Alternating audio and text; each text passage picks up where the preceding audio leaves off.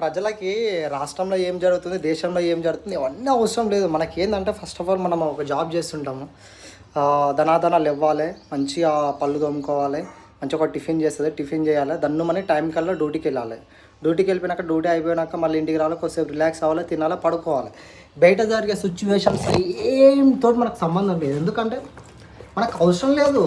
మన ఇల్లు, మన స్వార్థం, మన కథ అంతే. ఏగో టైం అయిపోతుందని వేసుకోవాలి, కాలేజీలో వేసుకోవాలి, జాబ్ ఉంటుంది, ఓ 10-15 వేల జాబు. మన దాంట్లో మన హిందువులకి మనకే సరైన సపోర్ట్నెస్ లేదు. మా తుర్కులో సరేనండి, ఒకరి మీద అటాక్ జరిగితే అమ్మ 10 మంది 20 మంది 30 మంది ఎట్లా వస్తారు? మరి మన హిందువులు ఎందుకు రాలేకపోతున్నారు?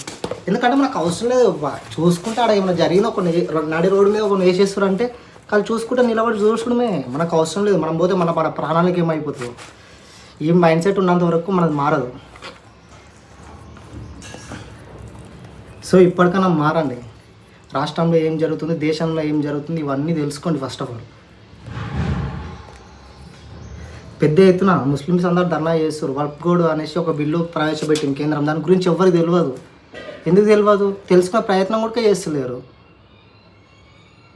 ఇప్పుడు రీసెంట్గా జరిగిన ఒక టెర్రరిస్ట్ అటాక్లో 12-14 మంది చనిపోయారు.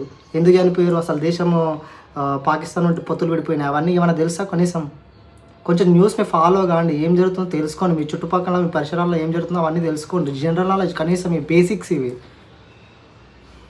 మీరు నేర్చుకున్నది కాక మీకు తెలిసింది 10 మందికి చెప్పండి.